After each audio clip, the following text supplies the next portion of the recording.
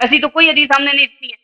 ٹھیک ہے, اب دیکھ لو, فَإِنْ كَانَ وَلَا بُدَّ مِنَ الْكِذْبِ فَعَلَىٰ غَيْرِنَا, فرمایا اگر ایسی بات بیان کر رہے تو بالکل یہ جھوٹ بول رہے ہیں. اب یہاں پہ یہ الاسرار المرفوعہ فی الاخبار الموضوعہ سے میں نے روایت پیش کی کہ ایک قصہ گو, ایک روایت سے گھڑنے والا بندہ جو ہے وہ روایت گھڑ رہا ہے اور سند بنا رہا ہے اصول اسانید, اور اس کے بعد ایک متن جو ہے وہ گھڑ کے پیش کر رہا ہے اس نام کے ساتھ کہ نبی صلی اللہ علیہ وسلم کی حدیث ہے. اب بات یہ ہے کہ حدیثوں کے اندر ہم نے سند کو حجت بنایا, سند بھی حجت نہ رہی کہ سند بھی لوگوں نے گھڑ لی. جو بندہ متن گھڑ سکتا ہے وہ سند بھی گھڑ سکتا ہے. اس واسطے ہم تک پہنچنے کے اعتبار سے روایات ہیں جو شیعہ روایات وہ روایت کی محتاج ہیں. اب جب روایت کی محتاج ہیں تو اس کے اندر آپ نے دیکھا اور آپ خود بھی یہ مانتے ہیں کہ اخبار احاد جتنی ہیں وہ سب ظنی ہوتی ہیں. ٹھیک ہے, اخبار احاد جتنی ہیں یعنی احاد کے اندر مشہور بھی ہے, عزیز بھی ہے, ٹھیک ہے, مستفیض وغیرہ ظنی ہیں اخبار احاد کی اقسام. اور احادیث کے اندر یعنی جس چیز کو ہم قطعاً و یقیناً کہہ سکتے ہیں کہ یہ نبی صلی اللہ علیہ وسلم کی سنت اور حدیث ہے وہ وہی چیز ہے جو بالتواتر ثابت ہے. ٹھیک ہے, تو اس واسطے یہ بات کرنے کا مقصد یہ ہے کہ پہلے دلائل طے ہو جائیں تاکہ ہم جب بات کریں تو پھر ایسا نہ ہو کہ آپ دلائل جب دینے پہ آئیں اور آپ اپنا مذہب ثابت یعنی اپنے مذہب کے ضروریات دین جو آپ کے مذہب کے ضروریات مذہب ہیں ان کو ثابت کرنے پہ آئیں تو آپ ہمارے احاد کو پیش کرنا شروع کر دیں. اور ایسی روایات بھی پیش کرتے ہیں آپ کہ قرآن سے متصادم ہوتے یعنی قرآن سے ٹوٹلی ان کا مضمون ڈیفرنٹ ہوتا ہے, بالکل ٹکراؤ میں ہوتا ہے, اور آپ ان روایات کو بھی حجت مانتے ہیں. آپ کے نزدیک روایت تو ہے وہ قرآن پر حجت ہے, قرآن روایت کے اوپر حکم نہیں. میں کہتا ہوں کہ آپ اس بات پہ پہلے اپنے یعنی جو اصول ہیں ان کو درست کریں کہ قرآن کو روایات پر حجت ہے, روایت قرآن پر حجت نہیں ہے. اس واسطے ہمارا اہل سنت کا یہ اصول ہے. امام ابن الجوزی نے کتاب الموضوعات کے اندر بھی اور اوکے بھائی کافی ہو گیا تقریر آپ کی لمبی ہو گئی بھائی, تقریر آپ کی لمبی ہو گئی بھائی. آپ سے یہ باتیں جو آپ کہہ رہے ہیں نا آپ سب کا ٹائم ضائع کر رہے ہیں, آپ سب کا ٹائم ضائع کر رہے ہیں. آپ جواب سن لو, اپنا جواب سن لو. آپ دیکھیں ادھر اور بھی لوگ منتظر ہیں, آپ کوئی مفید بات کر رہے ہیں نا جو شیعہ اور جماعت میں اختلافی باتیں ہیں. اب سن لو اپنی جواب. دیکھو میرے محترم ناظرین, اللہ تعالیٰ نے میں نے آپ کی روایات بھی پیش کر دی ہیں اور آپ کی بات بھی مکمل ہونے دی. آپ میری بات نہیں مکمل آپ اتنی لمبی آپ بات کر رہے ہیں نا بھائی, کوئی تقریر آپ کو سننے تھوڑی آئے ادھر. کوئی خطرہ ہے؟ ہاں تقریر خطرہ اس بات کا کہ ٹائم ضائع ہو رہا ہے. خطرہ یہی ہے کہ ٹائم ضائع ہو رہا ہے, سب بور ہو رہے ہیں بھائی, سب دوسرے چینل کو چلے جائیں گے, ادھر میوزک سنیں گے. آپ جب بورنگ باتیں کریں گے نا سب لوگ جائیں گے ادھر کوئی 50-50 دیکھے گا, کوئی انور مقصود, کوئی آپ کوئی اداکار کو دیکھے گا. اور نہیں بھائی میں بور ہو رہا ہوں, اور میں بھی ہوں نا, میں بھی بور ہو رہا ہوں آپ کی ان باتوں سے, غلط باتوں سے. تو آپ خاموش ہو جائیں تو جواب ملے گا نا. آپ جواب میں نے دیا ہی نہیں ہے تو آپ مکمل نہیں آپ نے ہونے مکمل کرو جلدی سے, مکمل کرو جلدی سے بھائی. نہیں بالکل نہیں کرتے آپ تو مطلب ہے کہ ایک جو آدھے منٹ کا کویسچن ہوتا ہے اس کے آنسر کے اندر آدھا گھنٹہ لگا لیتے ہیں. ہمارے 10 منٹ بھی آپ کو دوبارہ نہیں ہو رہے. یہ نا انصافی تو نہ کریں مولوی صاحب ہمارے ساتھ. کیا حال ہے وہ ختم ہوا نہیں ہوا اب؟ اچھا چلیں آپ اس بات کا میں جواب دے دیں کہ روایات ہیں کیسے پتا چلے اخبار احاد وہ واقعہ. دیکھیں میرے محترم ناظرین, اس شخص کو شیعہ مذہب کے متعلق اس شخص کو شیعہ مذہب کے متعلق اور اپنے مذہب کے متعلق اور قرآن کے متعلق اور مسلمانوں کے عقائد کے متعلق ابتدائی باتیں نہیں معلوم. یہ سمجھتا ہے کہ اللہ تعالی ہم رسول پاک صلی اللہ علیہ وسلم کے اس وقت تک صرف اتباع کریں گے جب تک وہ قرآن کے موافق حکم دیتے ہیں. ٹھیک ہے نا, حالانکہ اللہ تعالیٰ قرآن میں کیا فرماتا ہے, وَأَطِيعُوا اللَّهَ وَأَطِيعُوا الرَّسُولَ إِن كُنتُمْ تُحِبُّونَ اللَّهَ فَاتَّبِعُونِي يُحْبِبْكُمُ اللَّهُ. اور چپ کرو, مَا آتَاكُمُ الرَّسُولُ فَخُذُوهُ وَمَا نَهَاكُمْ عَنْهُ فَانْتَهُوا. اللہ تعالیٰ نے کوئی قید نہیں لگائی قرآن. بات کرنے دینا بھائی, میں آپ کو سنا رہا ہوں. میری بات پہلے سن لیں اس کے بعد جواب دیں. میں صرف ابھی آپ خاموش ہو گئے, تم مجھے کہا کہ بات کرو. نہیں ابھی میری باری, ابھی سنو تم. کیونکہ آپ یہاں پہ ڈنڈی مار نبی صلی اللہ تعالی وسلم. او بھائی چپ کرو, او بھائی چپ کرو, تم اپنی باری میں جو کہنا کہہ دو. چپ کرو, ابھی میری باری ہے. میں ان روایات کی بات کر رہا ہوں. او بھائی میں نے آپ کی باتیں سنی ہے نا. بھائی اب چپ کرو. تمہیں نہ شیعہ مذہب کا پتہ ہے, تمہیں نہ اپنے مذہب کا پتہ ہے, تو نہ قرآن کا پتہ ہے, اور تجھے نہ رسول پاک صلی اللہ علیہ وسلم کی اطاعت کا پتہ ہے. یہ سمجھتا ہے کہ ہم رسول صلی اللہ علیہ وسلم کی اس وقت تک اطاعت کریں گے جب تک وہ قرآن کے موافق بولتا ہے. بھائی اللہ نے کوئی ایسی شرط لگائی ہے؟ رسول اللہ صلی اللہ علیہ وسلم نے اپنی ایک شرط لگائی ہے, ما آتاکم الرسول فخذوہ. بھائی چپ کرو پلیز, پلیز چپ کرو, پلیز چپ کرو. مجھے میری بات غلط بھی ہے تو سن لو. میری بات غلط بھی ہے, تم بعد میں کہہ دینا بھائی, تم بعد میں کہہ دینا کہ آپ کا یہ جملہ غلط ہے. بھائی چپ کرو, بھی ادب سیکھو. تمہیں کیا مدارس میں یہی سکھاتے ہیں؟ او بھائی چپ کرو, دیکھو لوگو یہ. او بھائی چپ کرو تم. ہم نے رسول پاک صلی اللہ علیہ وآلہ وسلم اللہ واطیعوا الرسول, رسول صلی اللہ علیہ وسلم کی اطاعت مطلقہ واجب ہے, چاہے ان کا حکم ایسا آ جائے جو کہ اس کے موافق قرآن میں کچھ بھی نہ ملے. ایسا حکم ہے نا کہ اس کا قرآن میں اس کے موافق کچھ بھی, پھر بھی طاعت واجب ہے. اس طرح نہیں ہے حدیث لے آؤ, اگر اس کے موافق قرآن میں آیت ہے تو طاعت کرو, اگر اس کے موافق قرآن میں آیت نہیں ہے تو طاعت نہ کرو. جو روایات انہوں نے نقل کیا ہے کہ رسول پاک صلی اللہ علیہ وآلہ وسلم نے فرمایا کہ لوگ مجھ پہ افتراء کریں گے, بلکہ انہوں نے یہ فرمایا صحابہ سے کرا, شیعہ حدیث میں تو یہ ہے لا تکذبوا علیہ, مجھ پہ جھوٹی باندھے نہ باندھو, قد کثر علی الکذاب. شیعہ حدیث میں تو یہ ہے کہ رسول صلی اللہ علیہ وسلم کے زمانے میں انہوں نے خود فرمایا کہ لوگ مجھ پہ جھوٹی باندھنے والے بہت ہو گئے ہیں ان کے اپنے زمانے میں. تو صحابہ کو انہوں نے کہا کہ مجھے, یہ تو آپ کی کتب میں بھی ہے, فإنه من يكذب علي فليتبوأ مقعده من النار, جو مجھ پہ جھوٹی بات باندھتا ہے وہ جہنم جاتا ہے. دیکھو عزیزو, یہ جو انہوں نے فرمایا کہ حدیث کو قرآن پہ عرضہ کرو, وہ ان حدیث کا متعلق ہے جس پہ آپ کو شک ہو جائے, شک ہو کہ یہ حدیث صحیح ہے یا نہیں, تو اس کے ایک ویریفائی کرنے کا طریقہ یہ ہے کہ وہ کیا قرآن کے موافق ہے یا نہیں ہے. اس طرح مطلق نہیں ہے کہ دنیا میں جتنی احادیث ہیں, ٹھیک ہے نا, وہ صحیح بھی ہے, ٹھیک ہے نا, اگر وہ اس کے مطابق قرآن, یہ تو بہت ساری باتیں ہیں اسلام میں, قرآن میں اس کی حدیث آیا نہیں ہے, وہ صرف سنت میں. اگر تم یہ اس کا قائل کوئی نہیں ہے مسلمانوں میں بھائی, یہ جو اصول بتا رہی ہے یہ چھوٹے مولوی صاحب, ابھی آپ ابھی پڑھے میرے بھائی, اب واپس مدرسے چلے جاؤ. اس کا قائل کوئی, اس طرح اگر آپ جو ہے نا کہ ہم صرف وہی حدیث مانیں گے, ہر حدیث کو چھوڑیں گے جس کے مطابق آیا. او بھائی چپ کر, او بھائی چپ کر, خاموش, میری باری ہے, خاموش ہو جا, خاموش خاموش خاموش خاموش, میری باری ہے. اس طرح اگر آپ شروع کر دینا کہ ہم وہ صرف وہ حدیث مانیں گے جو قرآن میں موجود ہے, 99% احادیث, کم از کم 90% احادیث بخاری مسلم کے اب مار دیں اس کے, کیونکہ اس کے قرآن میں اس کی آیا نہیں ہے. غزوہ بدر میں کیا ہوا, غزوہ احد میں کیا ہوا, پر نبی صلی اللہ علیہ وسلم نے کیا, وہ سب احادیث فعلیہ, احادیث قولیہ آپ کے چلے جائیں گے بھائی, بہت کم بچ جائیں گے. وہ جو قاعدہ ہے کہ تم حدیث کو قرآن پہ عرضہ کرو وہ صحیح ہے, لیکن وہ مشکوک احادیث کے لیے ہے, وہ مطلق نہیں ہے. اس کو یہ اتنا بات نہیں سمجھ آئی.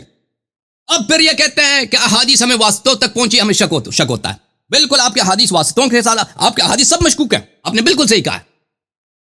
یہ لوگ دیکھو عزیزو, جماعت عمریہ اور جماعت شیعہ میں فرق یہ ہے کہ یہ خبر واحد کو حجت سمجھتے ہیں, یعنی مشکوکات کو حجت سمجھتے ہیں, اور ہم صرف یقینیات کو حجت سمجھتے ہیں.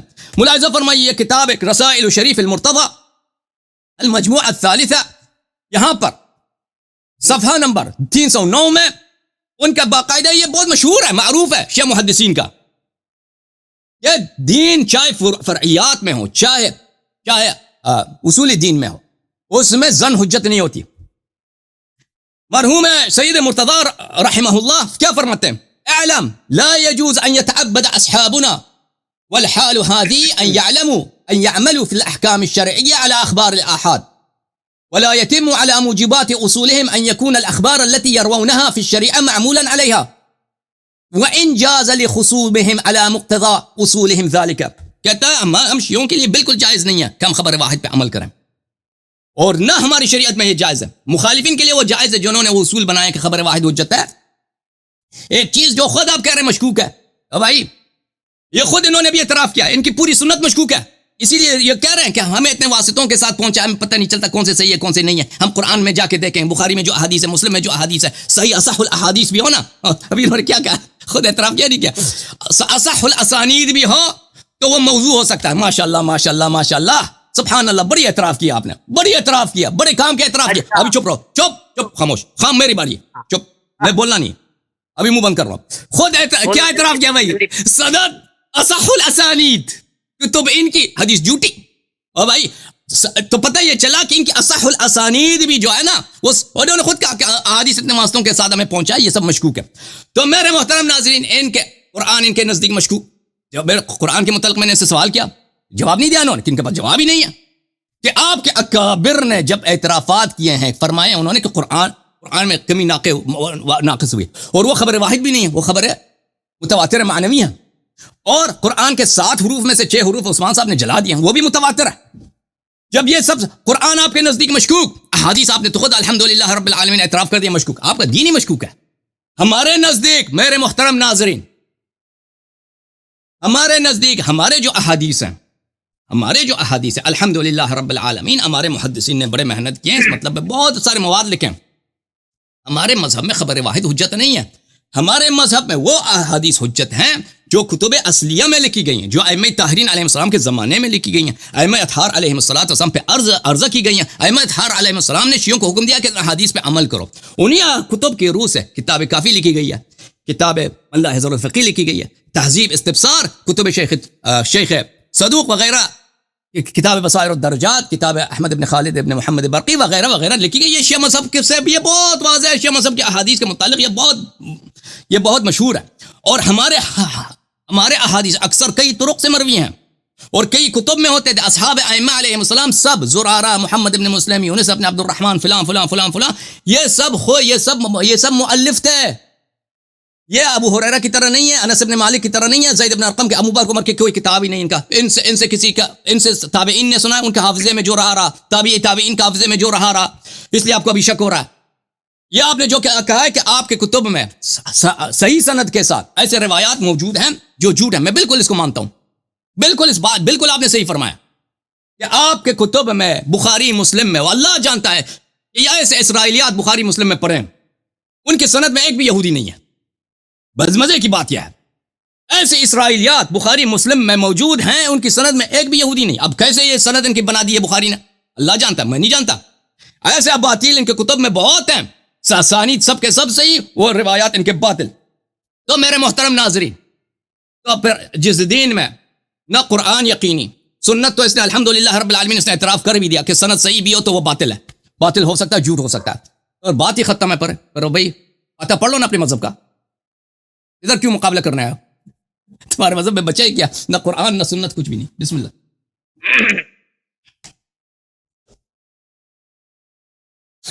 واہ جی واہ, ماشاءاللہ, بڑی آپ نے فرمائی ہے. جی سر, بات کرو اور گل کر. اب پہلی بات میری سنو کہ میں نے نبی صلی اللہ علیہ وسلم کی اطاعت کو مشروط بالکل نہیں کہا. نبی صلی اللہ علیہ وسلم کی اطاعت غیر مشروط طور پر واجب ہے, لیکن میں یہ بات کر رہا ہوں کہ حدیثیں جو آج تک پہنچی ہیں, تم اپنی کتابیں کھول کے دیکھو, اگر میں تمہیں کھول کے دکھاؤں تو وہ راوی ایک طرف ان پہ لعنت ہے, اور دوسری طرف یعنی رجال کشی کھول کے دیکھو, اس کے اندر ایسے ایسے راوی ہیں کہ امام صادق علیہ السلام فرماتے ہیں کہ اس بدبخت پہ اللہ لعنت کرے, اس نے میرے والد کی حدیثوں میں جو کتاب لکھی گئی تھی حدیثوں پہ, ان میں ملاوٹ کر دی. ٹھیک ہے, تم مجھے یہ بتاؤ کہ کیا لکھی ہوئی کتاب کے اندر رد و بدل, تبدیلی اور ملاوٹ نہیں ہو سکتی؟ وہی یہ تو رجال کشی اس بات پہ گواہی دیتی ہے. ٹھیک ہے, اب یہ جو تم نے دعویٰ کیا ہے کہ تمہاری ہر حدیث مشکوک نہیں ہے, کیا تمہاری ہر حدیث مقبول ہے اور ہر حدیث صحیح ہے؟ ہر حدیث متواتر ہے تمہاری کتابوں کے اندر؟ جواب دو مولوی صاحب. ختم ہو گیا بات آپ کی, میں شروع کروں؟ ہاں یا نہ کرو. میں کہہ رہا ہوں کہ جو احادیث اصول سے لے گا, میں نے اس شخص نے میری بات نہیں سمجھی عزیزو, اس شخص نے میری بات, میں نے کہا جو احادیث, بھائی جو احادیث اصول سے لے گئی ہیں وہ سب کے سب صحیح متواتر, اور ہمارے جو کتب اربعہ ہیں اس میں اکثر احادیث اصول میں ہے, کیونکہ ہر ایک کے ساتھ سند ہے. اگر جو حدیث اصول میں سے نہیں ہے تو پھر وہ ہو سکتا ہے کہ صحیح نہ ہو سکتا ہے کہ وہ یقینی نہ ہو. جو اصول میں سے ہیں وہ یقینی ہے, متواتر. متواتر صرف یہ ہے کہ وہ اصولی کتاب سے ہو تو متواتر ہے. جی بالکل بالکل, صرف نہیں ہے, صرف یہ نہیں ہے, لیکن اصول کے, آپ اصول کو نہیں جانتے نا کہ سند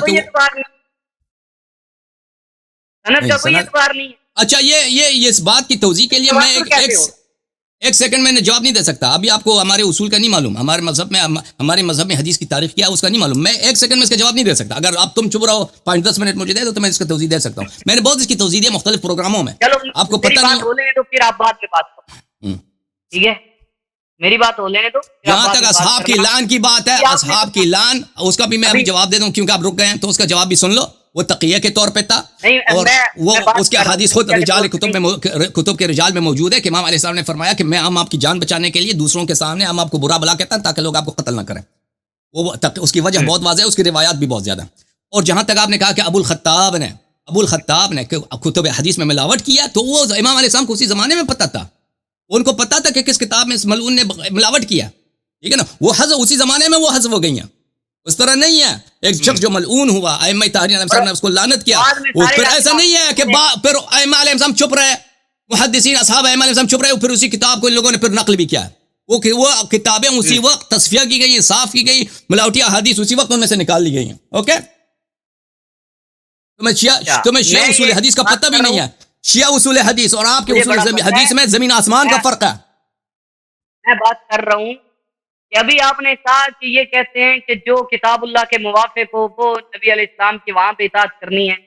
پہلی بات یہ میں کہہ دوں کہ میں نے حدیث کی روشنی میں یہ بتا دیا آپ کی کتابوں سے کہ وہ نبی صلی اللہ علیہ وسلم کی حدیث ہو ہی نہیں سکتی جو کتاب اللہ کے موافق نہ ہو, یعنی کتاب اللہ کے مخالف ہو, وہ حدیث نبوی ہو ہی نہیں سکتی, کیونکہ وحی کے اندر تضاد نہیں ہو سکتا. اگر قرآن وحی ہے, حدیث نبوی بھی وحی ہے, جو وحی کے اندر تضاد سمجھے اور کہے کہ کتاب اللہ کے موافق نہ بھی ہو تب بھی مانیں گے. بھائی کتاب اللہ کے موافق ہونے کی شرط خود نبی علیہ السلام نے لگائی ہے, تمہاری کتابوں سے روایت میں نے پیش کی ہے. اور دوسرا یہ کہہ رہے کہ روایت کا مشکوک ہو جائے, اس میں دیکھنا ہو صحیح ہے یا نہیں صحیح. کتاب اللہ یہ جو آپ کی کتابوں سے میں نے روایت کی اس کے اندر تو وہ مطلق فرما رہے ہیں نبی علیہ السلام, کہتے ہیں مطلق نہیں ہے, حضور تو مطلق فرما رہے ہیں. اس کے اندر یہ تو نہیں ہے کہ شک ہو جائے گا, بلکہ حدیث کے الفاظ یہ ہیں. یہ میرے سامنے یہ کتاب ہے بہار الانوار, کتاب العلم, ٹھیک ہے, دوسری جلد ہے کتاب العلم, اور یہاں پہ حدیث ہے کہ قال رسول اللہ صلی اللہ علیہ وسلم فی حجۃ الوداع قد کثرت علی الکذابۃ وستکثر فمن کذب علی متعمدا فلیتعد من النار. حدیث کے الفاظ ہیں فاذا اتاکم الحدیث, لفظ سننا یہ نہیں کہا کہ جب تمہیں شک ہو جائے حدیث میں, کہا کوئی بھی حدیث تمہارے پاس آئے, فاذا اتاکم, کوئی بھی حدیث تمہارے پاس آئے, کوئی بھی حدیث, فاعرضوا علی کتاب اللہ, اسے اللہ کی کتاب کے سامنے پیش کرو. فما وافق کتاب اللہ, جو کتاب اللہ کے موافق ہو, سنتی اور سنت متواترہ کے موافق ہو, فخذوا بہ, وہ حدیث مان لو. وما خالف کتاب اللہ و سنتی فلا تاخذوا بہ, اور جو میری اللہ کی کتاب کے موافق نہ ہو اسے چھوڑ دو. اس کے اندر اللہ کے نبی صلی اللہ علیہ وسلم نے شک یا مشکوک ہونے کے الفاظ استعمال ہی نہیں فرمائے. یہ مولوی اللہ یاری صاحب یہاں پہ اپنا مطلب بیان کرنے کے لیے خود سے یہ الفاظ حدیث کے اندر شامل کرنے کی کوشش کر رہے ہیں. سمجھ آئیے, اس کے اندر اطلاقی طور پہ نبی علیہ السلام نے فرمایا, ٹھیک ہے. پھر یہ تمہاری کتابوں میں آ کے جھوٹ ہوگا, یہ تمہاری کتابوں سے میں ثابت کر رہا ہوں, تمہاری کتابوں میں آ کے جھوٹ ہوگا. تمہاری کتابوں میں جھوٹی روایتیں ہیں, یہ تمہاری کتابیں کہہ رہی ہیں کہ یہاں پہ جھوٹی روایتیں ہوں گی. یعنی یہ دیکھو حضرت امام جعفر صادق کی روایت ہے بہار الانوار کی جلد میں سے, ان جعفر عن نبی علیہ السلام قال قرات فی کتاب علی ان رسول اللہ قال انه سيكتب علی كما كذب على من كان قبلی وما جاءكم عني من حدیث. بس تمہارے پاس جو کوئی بندہ بھی حدیث لے کے آئے, جو کوئی, ما عام ہے, اس کے اندر عموم کا معنی ہے کے لیے, المطلق یجری علی اطلاق ہی قاعدہ ہے متفقہ طور پہ کہ مطلق اپنے اطلاق پہ باقی رہتا ہے جب تک کہ دلیل تقیید نہ لائی جائے. مولوی صاحب آپ کی بات یا آپ کی کسی محدث کی بات, کیونکہ آپ کا اپنا مسلک یہ ہے کہ کسی مولوی کی بات حجت نہیں ہے, آپ کی بات کیسے حجت ہو جائے گی کہ اللہ کے نبی صلی اللہ علیہ وسلم مطلق فرما رہے ہیں کہ کوئی بھی حدیث آئے اسے پرکھ لو اللہ کی کتاب کے سامنے. آپ کہتے ہیں مطلق, اللہ کے نبی کی حدیث میں الفاظ مطلق ہیں, ٹھیک ہے. فما جاءکم عنی من حدیث وافق کتاب اللہ فهو حدیث, بس جو کتاب تمہارے پاس آئے اور وہ کتاب اللہ کے موافق و حدیث, تو بس وہ میری حدیث ہے. واما ما خالف کتاب اللہ, اور جو کتاب اللہ کے مخالف ہو, فلیس من حدیثی, نبی علیہ السلام فرما رہے جو کتاب اللہ کے مخالف ہو وہ میری حدیث ہو ہی نہیں سکتی. یہ کہتے ہیں کہ انہوں نے حدیث کو مشروط کیا. میں نے نہیں حدیث کو مشروط کیا, نبی علیہ السلام نے مشروط کیا ہے. تمہاری کتاب ہے بہار الانوار, میں تو وہ کھول کے پڑھ رہا تھا, اس سے پہلے میں نے اصول کافی کھول کے پڑھی, اس کا کوئی جواب نہیں آیا, صرف اپنی طرف سے آپ نے پیش کر دیا کہ وہ مطلق نہیں. میں نے کہا کہ مطلق حدیث کے الفاظ مطلق ہیں, آپ اپنی طرف سے کیسے مطلق کو مقید کر سکتے ہیں, جبکہ قاعدہ یہ ہے کہ مطلق اپنے اطلاق سے باقی رہتا ہے. دلیل مخصص چاہیے, دلیل چاہیے جو تقیید کرتی ہو, اور دلیل بھی کم از کم یا تو قرآن ہو یا نبی علیہ السلام کی حدیث ہو. سمجھ آئیے بات کی. اب یہاں پہ آپ نے کہا کہ بعض وہ موافق نہ بھی ہوں, مخالف بھی ہوں, یعنی موافق نہ ہونا یعنی مخالف ہونا, مخالف بھی ہو کتاب اللہ کے تب بھی اس پہ عمل کیا جائے گا. یہ آپ نے اصول کہاں سے لیے؟ آپ مجھے یہ بتائیں کہ آپ یہ کون سی حدیث ہے آپ کے پاس جس کے اندر یہ کہا گیا ہو کہ حدیث کتاب اللہ کے موافق نہ بھی ہو تب بھی مانی جائے گی, تب بھی اطاعت کی جائے گی. جبکہ میں نے آپ کے سامنے 10 نہیں, میں کہتا ہوں کہ میں 20 روایات آپ کی کتابوں سے پیش کر سکتا ہوں, اور میں نے 5 سے 7 8 روایتیں آپ کے سامنے پیش کر بھی دی ہیں کہ نبی علیہ السلام نے مشروط کر دیا ہے حدیث کو, کیونکہ بعد میں بہت سارے جو رافضی راوی ہیں, بہت سارے خارجی راوی ہیں, بہت سارے ناسبی راوی ہیں, وہ حدیثوں میں جھوٹ بولیں گے. آپ کو علم تھا اس واسطے. یہ تو آپ کی کتابیں گواہی دے رہی ہیں کہ جھوٹ ہوگا, ہماری کتابیں تو دے رہی ہیں, آپ کی کتابوں سے میں گواہی پیش کر رہا ہوں کہ جھوٹ ہے ان کتابوں میں, جھوٹ ہے ان کتابوں میں. آپ کہتے ہیں نہیں ہے, رسول اللہ کہتے ہیں ان میں ہوگا جھوٹ. اب جب جھوٹ ہوگا تو پھر علل اطلاق رکھنا پڑے گا. علل اطلاق جو ہے ہم تک پہنچی وہ حجت نہیں ہے جب تک کہ ثابت نہ ہو جائے کہ رسول اللہ کے حدیث ہے. وہ ثابت کیسے ہوگی؟ تواتر سے. اب آپ نے کہہ دیا کہ اصول سے جو آ جائے, بھائی اصول سے آ جائے. ایک بزرگ نے کتاب لکھ دی ہے, تو ایک بزرگ کی لکھی ہوئی کتاب کیسے متواتر ہو؟ یہ مجھے مطلب ہے سمجھا دیں آپ, کیسے متواتر ہوگی؟ ایک بزرگ کی اصول کی کتاب آپ نے کہہ دیا, یہ کتاب سلیم ابن قیس ہیں, اس کے علاوہ جتنی کتابیں اس طرح کی لکھی گئی ہیں. اب ایک سلیم ابن قیس تو راوی ہے, ایک راوی کی روایت کو تو ہم خبر غریب کہتے ہیں یا اخبار احاد میں سے, اور اخبار احاد آپ کے نزدیک سنیات میں سے, ٹھیک ہے. اب وہ جو اصول ہے وہ کیسے متواتر ہو گئے؟ تو میں یہ بات کر رہا ہوں کہ آپ وہ حدیث پیش کریں, اس بات کا جواب دیں, وہ حدیث پیش کریں اپنی کتابوں سے, معتبر حدیث پیش کریں اس میں یہ کہا گیا ہو کہ جو حدیث کتاب اللہ کے موافق نہ بھی ہو تب بھی وہ واجب العمل ہے. بتاؤ مجھے کوئی حدیث ہے تو لے کے آؤ, جواب دو.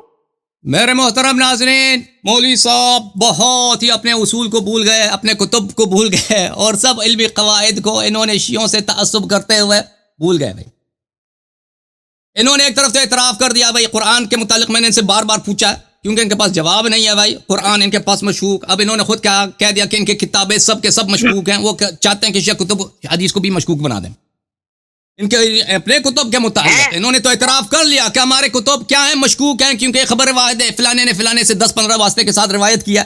یہ خبر صحیح بھی ہو تو یہ مشکوک ہوتا ہے, بلکہ جھوٹ بھی ہو سکتا ہے, کیونکہ اصح الاسانید بھی جو ہے ان کے نزدیک وہ اس کا نہ صرف مشکوک ہونا بلکہ اس کا مکذوب ہونا ثابت ہے. تو پھر ان کے دین کیا, یا تو قرآن یا سنت ہے, یا تو قرآن یا سنت ہے, ٹھیک ہے نا بھائی, شریعت تو یہی ہے. یہ دونوں ان کے نزدیک مشکوک, ان دونوں سے تو انہوں نے ہاتھ اٹھا دیا. اب یہ کہتے ہیں کہ شیعوں کے نزدیک بھی یہی ہونی چاہیے. حالانکہ شیعوں کے نزدیک یہ نہیں ہے میرے محترم ناظرین. انہوں نے کہا کہ نبی صلی اللہ علیہ وسلم کے ہم صرف وہ احادیث مانیں گے جو قرآن کے موافق ہے. تو بھائی مجھے بتاؤ بخاری مسلم میں کتنے احادیث ہیں جو اس سے ملتی جلتی آپ کو آیت قرآن میں ملے گی؟ بہت سارے, اکثر احادیث میں کہ جو ہے قرآن میں اس کی آیت نہیں ہے. مغازی کے جتنے احادیث ہیں, سیرہ کے جتنے احادیث ہیں, احادیث فعلیہ جتنے ہیں 99% اس کے قرآن میں آپ کو آیت نہیں ملے گی. احادیث فعلیہ جو ہیں, احادیث قولیہ, اور 90% اس میں قرآن کی آپ کو آیت نہیں ملے گی. تو ابھی جو ہے نا آپ نے جو ہے وہ شیعوں سے لڑائی کے چکر میں آپ نے الحمدللہ اپنے احادیث تو مشکوک تھی, وہ مشکوک بھی جو ہے نا اس میں سے بھی آپ نے ہاتھ اٹھا لیا.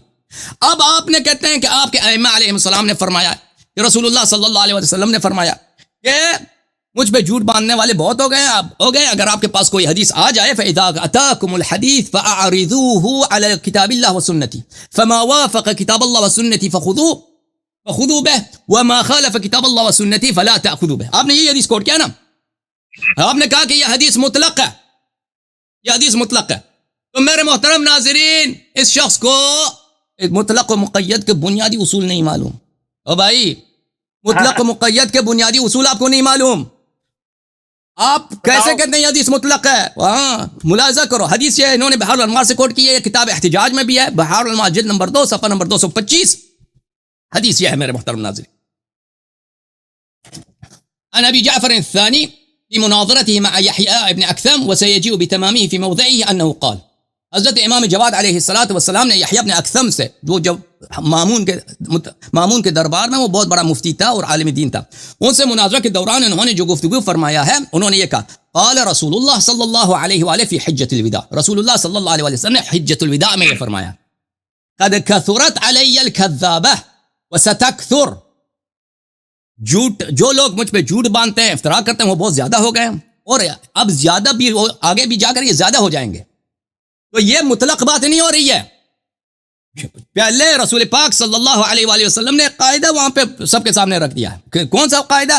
کہ جھوٹے لوگ بہت ہیں، مجھ پہ احادیث وہ جھوٹے افترا کریں گے اور اس کے بعد زیادہ ہو جائیں گے. فمن کذب علی متعمدا فلیتبوأ مقعده من النار. جو معمدن مجھ پہ افترا کرتا ہے، جھوٹی حدیث مانتا ہے، تو وہ جہنم میں اپنی جگہ تیار کر لے. اچھا، فَإِذَا أَتَاكُمُ الْحَدِيث فَأَعْرِضُوهُ عَلَى كِتَابِ اللَّهِ وَسُنَّتِهِ. جب آپ کے پاس حدیث آ جاتا ہے تو اس کو عرضہ کرو، اس کو پیش کرو کتاب اللہ پر اور سنت پر. یہ ہر حدیث کی بات نہیں ہو رہی ہے. یہ پس منظر میں حدیث کا صدر بھی ملاحظہ کریں آپ کہ یہاں پر مکذوب احادیث کی بات ہو رہی ہے، مفترات احادیث، موضوع احادیث کی بات ہو رہی ہے. کہ وہ لوگ جو آپ کو ابھی اب کیونکہ میرے خلاف جھوٹ بولنے والے آ گئے ہیں، تو یہ لوگ جن کے پہ شک ہوتا ہے، ایک شخص کو ہم نہیں جانتے، ایک شخص غیر ثقہ ہے، ایک شخص کو ہم نہیں جانتے. بھائی کہتے ہیں میں نے فلان صحابی سے یہ سنا کہ پیغمبر صلی اللہ علیہ وسلم نے یہ فرمایا. اور بھائی وہ نا ابھی ہمیں شک ہو گیا کہ یہ شخص جھوٹ کہہ رہا ہے سچ کہہ رہا ہے. لیکن اگر وہ شخص، یہ ان لوگوں کی حدیث کی بات ہو رہی ہے، یہ ہر حدیث کی بات نہیں ہو رئی ہے کہ آپ پہ واجب ہے کہ ہر حدیث جو بھی حدیث آ جائے، یہ اس کی بات نہیں ہو رہی. جو بھی حدیث آ جائے آپ اس کو عرضہ کرو کتاب اللہ و سنتی پر. آپ کے علماء خود اس بات کے قائل نہیں ہیں، شیعہ بھی اس بات کے قائل نہیں ہے کہ ہر حدیث کو آپ کو عرضہ کرنا پڑے گا قرآن پر. ان احادیث پر جو مشکوک ہیں ان کو دیکھنا پڑے گا، اور وہ بھی صرف قرآن پہ نہیں ہے. فَأَعْرِضُوهُ عَلَى كِتَابِ اللَّهِ وَالسُّنَّةِ. حدیث کو سنت متواترہ، سنت قطعیہ، سنت ثابتہ سے ملاؤ. بھئی یہ ہو سکتا ہے پیغمبر نے کہا، ان کے اپنے صرف کتاب پہ نہیں ہے، حدیث کو حدیث پہ بھی عرضے کا کہا. تو یہ کس حدیث کی بات ہو رہی ہے؟ حدیث، وہ حدیث جس پہ ہمیں شک ہو گیا ہے کیونکہ جھوٹے لوگ بہت ہیں، ہر حدیث کی بات نہیں ہو رہی ہے. فَمَا وَافَقَ كِتَابَ اللَّهِ وَسُنَّتِ فَخُذُوا بِهِ وَمَا خَالَفَ كِتَابَ اللَّهِ وَسُنَّتِ فَلَا تَأْخُذُوا بِهِ. پر ان مشکوک احادیث میں سے جن پہ آپ کو شک ہو گیا کہ جھوٹے لوگ نقل کر رہے ہیں، آپ کو شک ہو گیا تو اس کو کتاب اللہ اور سنت پہ عرضہ کرو. اگر کتاب اللہ اور سنت حدیث نبی صلی اللہ علیہ وسلم سے موافق ہو تو اس پہ عمل کرو، اگر نہیں ہے تو عمل نہ کرو. میرے محترم ناظرین، میں اس کی ایک مثال آپ کو دیتا ہوں. اس حدیث میں تو قید واضح ہے، یعنی حدیث مطلق ہے ہی نہیں. یہ شخص کہہ رہے ہیں مطلق ہے، صدر حدیث میں اس کا قید موجود ہے کہ کذابین کے کذب کے پس منظر میں یہ بات کہا جا رہا ہے. لیکن بعض ایسے احادیث ہیں کہ انہیں میں ملفوظ قید نہیں ہے، یہاں پہ ملفوظ، یہاں پہ منطوق، یہاں پہ مذکور قید موجود ہے اس حدیث میں. بہت سارے احادیث ان کے اپنے کتب میں کہ وہ مذکور نہیں ہے قید اس میں سے. ملاحظہ فرمائے کتاب سنن ابن ماجہ، چاپ دار الفکر، یہاں پر صفحہ نمبر 56 میں حدیث باب فضل ابی ذر، یہ حدیث صحیح بھی ہے. ما قال النبی صلی اللہ علیہ وآلہ وسلم ما اضلت الغبراء ولا اضلت الخضراء من رجل اصدق لہجتا من ابی ذر. نیلی آسمان نے سایہ نہیں ڈالا ہے، خاک والی زمین، سیاہ زمین نے اپنے اوپر اٹھایا نہیں ہے ابو ذر سے زیادہ سچے آدمی کو. یعنی آسمان کی نیچے، زمین کے اوپر ابو ذر سے سچا صادق تر آدمی نہیں گزرا. بھائی یہ حدیث مطلق ہے ظاہر میں، اس میں سب انبیاء آ جاتے ہیں.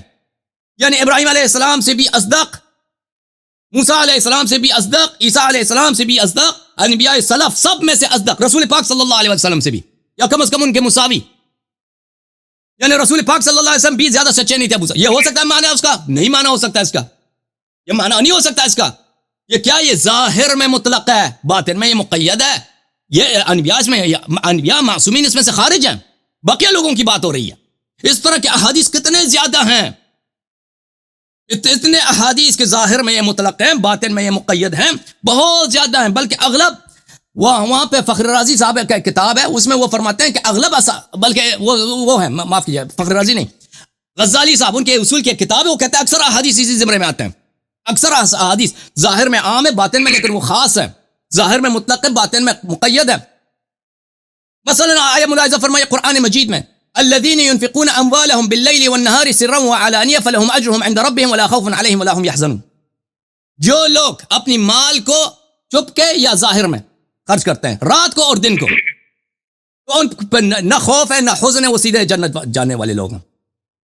تو بھائی یہاں پہ تو کافر بھی آ جاتے ہیں، اس میں کافر کم ہے، فلنتھراپسٹ کافر کم ہے پوری دنیا میں۔ یہ بل گیٹس ہے بھائی، اس نے پچھلے 30 سال سے $30 بلین سے زیادہ اس نے خرچہ کیا افریقہ میں، وہاں پہ دن رات پیسے اس کے خرچ ہو رہے ہیں، علانیہ اور باطن میں پیسے خرچ کر رہا ہوں، ٹھیک ہے نا۔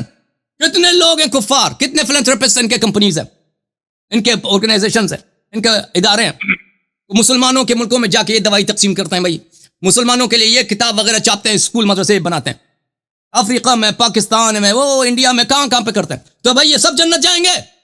اور نہیں بھائی، یہ ظاہر میں مطلق ہے، باطن میں یہ مقید ہے۔ تو میرے محترم ناظرین، اس مولوی صاحب کو مطلق مقید تو مدرسے میں آپ نے سنا، جلدی میں ادھر آ گئے شیعوں سے مناظرے کے لیے، لیکن آپ بھول گئے کہ یہاں پہ ہر حدیث جو ظاہر میں مطلق ہوتا ہے وہ حقیقت میں مطلق نہیں ہوتا، اس کی قید بھی دیکھنی پڑتی ہے۔ یہ حدیث، بلکہ یہ حدیث ظاہر میں بھی مطلق نہیں ہے، جس حدیث کو آپ نے کوٹ کیا نا، وہ آپ کو کوئی کام نہیں دیتی، وہ حدیث اس میں مکذوبہ حدیث کی بات ہو رہی ہے، سر حدیث کی بات نہیں ہو رہی، پہلی بات۔ دوسری بات ہے کہ اس میں قرآن، جس طرح قرآن پہ عرضے کی بات کی ہے، اس میں حدیث پہ بھی عرضے کی بات کی ہے، وہ آپ نے چھپا دیا اور آپ کو سمجھ بھی نہیں آئی۔ اچھا، اب یہ فرما رہے ہیں کہ آپ کے کتب کیسے متواتر ہو سکتے ہیں؟ بھائی ہمارے کتب، یہ اس کو بات کو جانتے نہیں ہیں کہ ہماری احادیث کیسے جمع ہوئی ہے۔ یہ سمجھتے ہیں جیسے ان کے کتب میں نا کہ بخاری نے فلانے سے سنا، فلانے نے فلانے سے سنا، فلانے نے فلانے سے سنا، فلانے نے فلانے سے سنا، فلانے نے فلانے سے سنا، فلانے نے ابو بکر سے سنا، ابو بکر نے رسول صلی اللہ علیہ وسلم سے سنا۔ تو اب ان کو شک ہو رہی ہے، ان کا حق بھی بنتا ہے، ایسی چیزیں مشکوک ہے بھائی۔ رسول اللہ صلی اللہ علیہ وسلم کی حدیث ہے، لَتَتَّبِعُنَّ سُنَنَ مَنْ كَانَ قَبْلَكُمْ شِبْرًا بِشِبْرًا وَذِرَاعًا بِذِرَاع قالوا اليهود والنصارى قال فمن صلی اللہ علیہ وسلم۔ فرمایا کہ آپ یہود النصارہ کی سنت پہ چلیں گے قدم بقدم، منہ بمنہ۔ صحابہ نے پوچھا یہود النصارہ کی سنت پہ؟ فرمایا کہ اور کس کی؟ میرے محترم ناظرین، حضرت موسیٰ علیہ السلام کے پاس تورات اللہ کی جانب سے آیا تھا، تورات اللہ کی جانب سے آیا تھا، اس کو تورات بولتے ہیں، یہود بھی تورات بولتے ہیں، تورا بولتے ہیں، انگلش میں تورا بولتے ہیں۔ اور ان کی احادیث جو ہے اس کو تناخ بولتے ہیں، احادیث تناخ بولتے ہیں۔ تورا دو قسم کی ہے، ایک ہے ریٹن تورا، آپ جا کے دیکھ لو، جوش لوگ ہیں نا، ان کے بہت قانون ہے، ان کی فقہ ہے، ان کی بڑی کتابیں ہیں جوش، بالکل جیسے مسلمان ہیں نا، مسلمانوں کی، بلکہ مسلمانوں کی فقہ نہیں سے لی گئی ہے، ان کے بڑے علماء مدارس ہیں، ابھی اسرائیل میں ان کے بڑے بڑے مدارس ہیں، وہاں پہ ان کے مجتہدین ہوتے ہیں، مفتی ہوتے ہیں، فتوے دیتے ہیں، ان کی شریعت ہے بھائی کہ آپ ہفتے کے دن کام نہیں کر سکتے، ہفتے کے دن فلاں کھانا نہیں کھا سکتے، اس طرح لباس عورتوں پہ پہنا واجب ہے، وغیرہ وغیرہ، ان کے کھانے کا حق، بل اسلام سے بہت ان کے مشابہ احکام ہے، جس طرح مسلمانوں کے ہیں، ملتا جلتا ہے، اور ان کے پاس فقہ مسلمانوں سے پہلے ان کے پاس فقہ تھا۔ بات یہ ہے میرے محترم ناظرین کہ حضرت موسیٰ علیہ السلام تورات لے کے آئے تھے، ان کے احادیث کو یہودیوں نے نہیں لکھا، یہ سینہ بسینہ چلتا تھا یہودیوں میں سینہ بسینہ چلتا تھا، سینہ بس، اس کو بولتے ہیں اورل تورا۔ ایک ہے ریٹن تورا اللہ کی جانب سے لے کے آئے موسیٰ علیہ السلام، ایک ہے اورل شفاہی تورات جو ہے سینہ بسینہ چلتا جاتا تھا۔ بعد میں کئی سو سالوں کے بعد یہود کے جو علماء تھے، انہوں نے کہا یہ تو ضائع ہو جائے گا، اس طرح اس کو جمع کرتے ہیں کتاب، پھر انہوں نے کتابوں میں لکھا، اس کو کہتے ہیں تناخ۔ پھر یہ تناخ جو ہے یہ انبیاء بنی اسرائیل کے کلمات ہیں، پھر وہ جو ہے اسی میں سے تورا اور تناخ سے انہوں نے ایک اور چیز نکال دیا، اس کا نام ہے فقہ، اس کا نام ہے تلمود ان کے قوانین کی بات ہے۔ تو جماعت مخالفین بالکل جیسے پیغمبر صلی اللہ علیہ وسلم نے فرمایا کہ تم یہود کے سنت پہ چلو گے، رسول پاک صلی اللہ علیہ وسلم کے احادیث لکھنے نہیں دیا، صحابہ نے جلا دیے، وہ یاد ہے بھائی، جلا دیے، کس نے جلایا تھا احادیث کو؟ کس نے احادیث نقل کرنے سے منع کیا تھا؟ صحابہ کرام نے کیا تھا نا، خلیفہ اول خلیفہ دوم نے کیا تھا نا، احادیث نقل کرنے پہ پابندی، احادیث جلاؤ۔ بعد میں جا کر بخاری مسلم کے زمانے میں اصل تدوین حدیث آیا، احادیث لکھی گئی، بالکل یہودیوں کا سیرہ کام۔ اہل بیت علیہ السلام کے ہاں یہ نہیں ہوتا تھا۔ سب سے پہلا حدیث کس نے لکھا؟ خود امیر المؤمنین علیہ السلام، رسول اللہ صلی اللہ علیہ وسلم بولتے جاتے تھے، وہ لکھتے جاتے تھے۔ ابن ابی رافع امیر المؤمنین علیہ السلام کے صحابی ہیں، انہوں نے حدیث کی کتاب لکھی ہے۔ سلیم ابن قیس انہوں نے حدیث کی کتاب لکھی، اور لوگوں نے حدیث کی کتاب لکھی ہے۔ اصحاب ائمہ علیہ السلام حدیث کی کتابیں لکھتے تھے، ائمہ اطہار علیہ السلام پہ عرضہ کرتے تھے، ائمہ اطہار علیہ السلام تصدیق کرتے تھے، شیعوں کو حکم دیتے کہ یہ کتابیں پڑھا کرو، اور فرماتے تھے کہ اپنی کتابوں کی حفاظت کرو، تمہیں اس کی ضرورت پڑے گی۔ یہ کتابیں دیکھیں میرے محترم ناظرین، جیسے یہ کہتے ہیں کہ اگر میں مثلا ایک شخص ہے سلیم ابن قیس، میرے نزدیک وہ ثقہ ہے، تمام شیعہ محدثین کے نزدیک وہ ثقہ ہے۔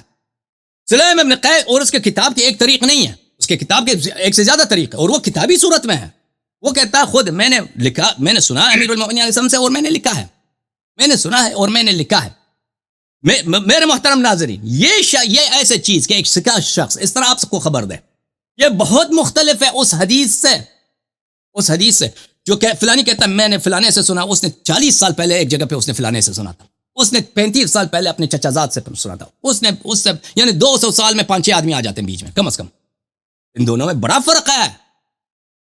ایک شخص مجلس میں بیٹھ کر کتابت کرتا ہے حدیث کی، امام علیہ السلام سامنے بیٹھے ہیں، وہ کہہ رہے ہیں اس سے جنابت اس طرح ہوتی ہے، وہ لکھتا جاتا ہے، حیض اس طرح ہوتی ہے، لکھتا جاتا ہے، قرآن کی تفسیر یہ ہے، وہ لکھتا جاتا ہے، ٹھیک ہے نا.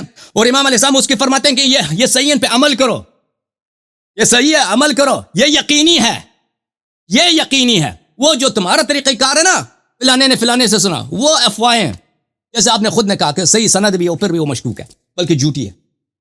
تو یہ آپ کی باتوں کے جواب ہے. میں سمجھتا ہوں کہ اب آپ کے پاس اب کیا کچھ ہے باقی بچ گیا ہے، دوسروں کو باری دے دیں، بس اب ختم ہے. آپ نے قرآن سے بھی ہاتھ اٹھایا، سنت سے بھی، آپ کی سب باتیں ختم. میں بتاتا ہوں ہاتھ اٹھایا، قرآن سے آپ ہاتھ اٹھائے ہوئے ہیں. ہاں قرآن سے بھی آپ نے ہاتھ اٹھایا، سنت سے بھی، کچھ بھی نہیں بچا آپ کے پاس. مذہبی بھی آپ نے اپنی مذہب باطل کرا کے گئے الحمدللہ.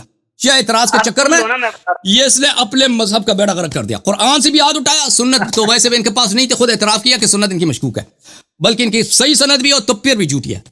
اب کیا بچا آپ کے پاس بھائی؟ اب ذرا میری بات سن لو.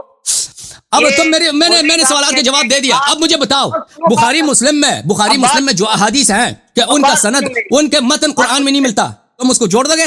اب مجھے بولنے دو، اب مجھے میرے سوال کا جواب دے دینا. یہ بولنے دو، تم میرے کسی سوال کا جواب نہیں دیتے. سوال کے جواب مجھے بولنے دو. پہلی بات یہ ہے کہ یہ مولوی صاحب کہتے ہیں کہ آپ کے حدیثان فلان فلاں فلاں سے سنا، فلاں سے سنا. میں یہ کہتا ہوں کہ تمہارے اصول کی کتابوں میں بھی ان فلان فلاں ہے، ٹھیک ہے، اصول یعنی اصول کافی ہی دیکھو آپ، تو یہاں پہ بھی ان فلان فلاں ہی ہے، ان فلان فلاں نہیں ہے تمہاری کتابوں میں. جواب دوں ان فلان جواب لو گے؟ چپ کرو، جواب دو، پھر جواب دوں. آخری 12 امام میں سے آخری امام کب جا رہے ہیں اور کلینی کب کتاب لکھ رہا ہے؟ جواب چاہیے، ابھی جواب دے دیتے ہیں، جواب ابھی دے دیتے ہیں بھائی. دیکھیں میرے محترم ناظرین، ائمہ طاہرین، اب جواب دے دوں یا آپ مجھے اپنی بات کرنا چاہتے ہیں؟ نہیں، میں بات کر رہا ہوں. اس کا اس اشکال کا جواب ہم بارہا دے چکے ہیں. یہ ایک کچھ بھی نہیں ہے، یہ ہلکی سی جاہلانہ سی بات ہے. اور دوسری یہ بات کہ آپ کے نزدیک بھی ہمارے نزدیک بھی خبر احاد ظنی ہے، آپ نے یہ مانا ہے، سمجھ آئیے؟ حجت ہی نہیں مانتے ہیں، آپ حجت مانتے ہو.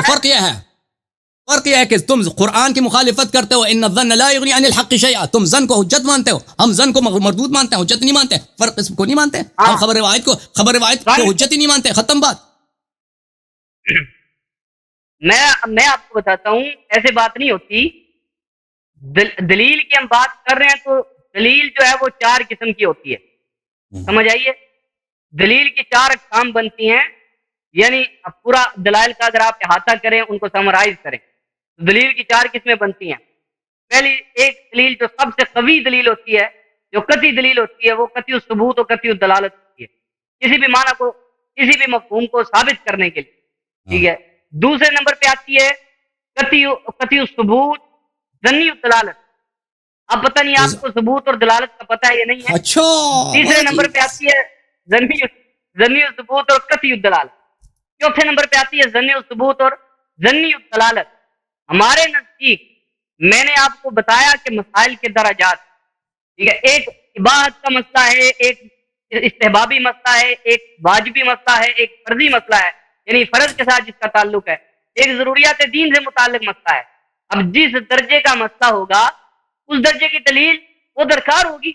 اب اگر جس طرح آپ کرتے ہیں کہ وہ روایات جو اخبار احاد ہیں وہ پیش کرو گے اپنے عقیدے کو ثابت کرنے کے لیے، اپنی کتب سے، ہماری کتب سے، تو ان سے عقیدہ ہم کہتے ہیں صرف اور صرف قطعی دلیل سے ثابت ہوگا، عقیدہ ظنی دلیل سے ثابت نہیں ہوگا. آپ کو یہ بات سمجھ نہیں آ رہی اور آپ گھما پھرا کے کہ یہ قرآن کو نہیں مانتے، حدیث کو. میں کہتا ہوں کہ قرآن پہ ہمارا ایمان ہے، اور ہمارا ایمان ہے کہ جو روایات قرآن کے بارے میں مشکوک روایات ہیں وہ روایات سچی کی ٹوکری میں پھینک دی گئی ہیں. کیوں؟ ما وافق کتاب اللہ فہوا حدیثی جو کتاب اللہ کے موافق ہو وہ حدیث ہے، جو کتاب اللہ کے موافق نہ ہو اس کو رد کر دیا گیا ہے۔ اور دوسری بات، مولوی صاحب کہہ رہے ہیں کہ یہ حدیث جو ہے جی اس کے اندر قید موجود ہے، حدیث کے اندر اس کو مطلق اور مقید کا نہیں پتا۔ اب میں تمہیں بتاتا ہوں کہ نبی علیہ السلام نے ایک چیز بتائی ہے کہ اگر پرکھ نہ ہو کہ سچ ہے یا جھوٹ ہے، ٹھیک ہے، تو اسے کتاب اللہ پر پیش کرو۔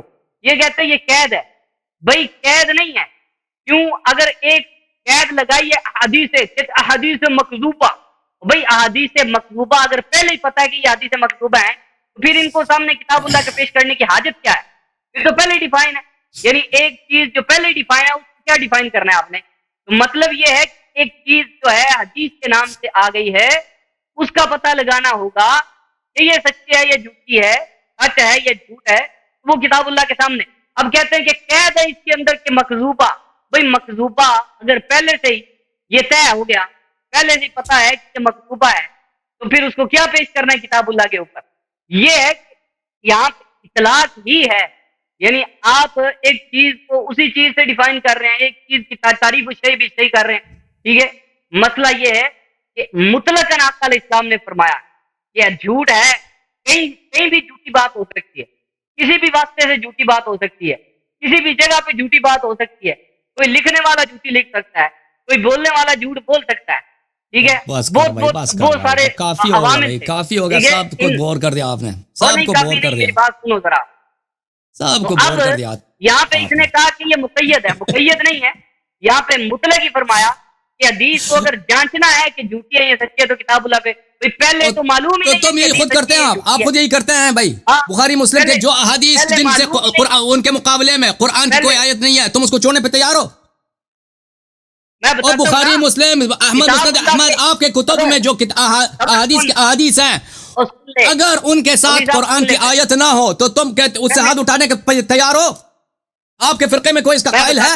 کیوں مزاحیہ باتیں کرتے ہوئے ڈرا؟ میں بتاتا ہوں مزاحیہ باتیں نہیں، میں آپ کے اس کا کوئی قائل ہی نہیں ہے بھائی، چھڈو سانو کیوں ٹائم ضائع کر دے ہو؟ اس کا کوئی قائل ہی نہیں ہے، پھنس گئے ہو تم، تمہارے مشائخ تم پہ غصہ کریں گے، کل آپ کو ادھر ککڑ بنائیں گے۔ میں بتاتا ہوں مولوی صاحب، میں تمہیں بتاتا ہوں، سنو ذرا، مدرسہ کل نہیں جانا، مار پڑے گی آپ کو مدرسہ کل ابن جوزی علیہ الرحمہ کی کتاب الموضوعات، ٹھیک ہے، اس کے اندر امام ابن جوزی علیہ الرحمہ یہ وجوہ بیان کرتے ہیں، کئی بھائی اور اس نو چھڈو، آؤ ابو بکر عمر پہ گل کرتے ہیں، ابو بکر عمر خلافت امامت پہ بات کرتے ہیں، اس کو چھوڑو، کیا موضوع چڑھا تم نے؟ خود پھنس گئے ہو، خود پھنس گئے، تم نے اپنے مذہب کی، تم نے بہت بار بطلان کرا دیا، آپ نے بہت بطلان کرا دیا، اپنی مذہب کو آپ نے خاک میں ملا دیا بھائی، بخاری مسلم سب غلط ہو گیا۔ سنو، ابھی تم نے جو سوال کیا ہے وہ اس کا جواب سن لو، کہ کہتے ہیں تمہارے مذہب میں کسی کا بھی یہ مسئلہ، محدثین کا یہ مسئلہ ہے، موضوعات ابن جوزی ہے، ٹھیک ہے، اس کا صفحہ نمبر 62 ہے، یہاں پہ کیف یعرف الوضع فی الحدیث، حدیث کو پرکھنے کی بات ہو رہی ہے، کیونکہ نبی علیہ السلام نے بڑا سخت حکم ارشاد فرمایا ہے کہ حدیث کے معاملے میں جھوٹ بولنے والا بندہ پکا جہنمی ہے، اس واسطے ہمارے محدثین نے اس پہ کام کیا ہے، تمہاری طرح نہیں ہے کہ کہیں سے بھی کوئی مل گئی اور کہا کہ یہ لکھی ہوئی ہمیں ملی ہے یا سنائی گئی ہے ہمیں۔ بات یہ ہے کہ یہاں پہ محدث ابن جوزی کہتے ہیں کہ حدیث جانی جائے گی کہ کہاں سے پتہ چلے گا کہ نبی علیہ السلام کی حدیث ہے یا نہیں؟ بھائی اپنے استاد کو کیوں نہیں لائے نا بھائی، تاکہ اس طرح شرمندہ نہ ہوتے۔ فساقۃ المعنی و فسادہ، تیسرا مخالفت و صریح قرآن، قرآن کی صریح مخالف ہو تو وہ حدیث قابل قبول نہیں ہے۔ مخالف کو نہیں مانتے بھائی، قرآن کے صریح مخالف، یہ بات صحیح ہے آپ کی، قرآن کے مخالف حدیث کو نہیں مانتے، لیکن یہ کہ ہر حدیث کے ساتھ اس کی آیت بھی ہونی چاہیے، یہ کہاں سے لے کے آئے بھائی تم؟ یہ ہم نے نہیں کہا، یہ تو تم کہتے ہو کہ قرآن کی صریح جو ہے وہ تب مانیں گے جب موافق اس کی حدیث بھی ہو، یہ تو تم نے قرآن کو مقید شروع سے پوچھ لیتے نا، شروع سے پوچھ لیتے، میں آپ کو بتا دیتا کہ اگر کوئی حدیث، دیکھو کوئی حدیث، دیکھو میرے بات سنو، ٹائم تو نے بہت ضائع کیا، اگر کوئی حدیث قرآن کے صریح قرآن کے مخالف ہے، قرآن حجت ہے اگر اس کے ساتھ اہل بیت کی حدیث بھی ہو، نہیں قرآن کو تم مقید کر رہے ہو، ہم تو حدیث کو مقید نہیں کر رہے قرآن کی، جب رسول دیکھو مخالفت قید ہے، ہاں وہ تو شروع سے کہہ دیتے ہیں بھائی، وہ تو ہم سب مانتے ہیں بھائی کہ اگر کوئی حدیث ایسی ہے جو بالکل قرآن کے نص کے خلاف ہے، ہم کہہ دیں گے، اگر وہ حدیث صحیح ہے تو ہم کہہ دیں گے اس حدیث کا مطلب کچھ اور ہوگا جو ہمیں سمجھ نہیں آ رہی، ٹھیک ہے نا، کیونکہ اس طرح بہت ہوتا ہے کہ ایک کہنے والا کچھ کہہ جاتا ہے، وہ اس کے قیود ہوتے ہیں، اس کے قرائن ہوتے ہیں، وہ ہم تک نہیں پہنچتے. بات آپ کی صحیح ہے. ایک حدیث اگر ایسی ہے کہ بالکل یہ حدیث اس طرح، مجھے ایسے حدیث میرے ذہن میں نہیں کہ ہیں بھی دنیا میں کہ نہیں شیعہ کتب میں، کہ جو بالکل قرآن کے خلاف ہو، قرآن کے صریح آیت. لیکن اگر ایسی کوئی حدیث ہے، ہم نہیں کہیں گے یہ حدیث جھوٹی ہے، ہم کہیں گے یہ حدیث ہمیں سمجھ نہیں آتی بھائی.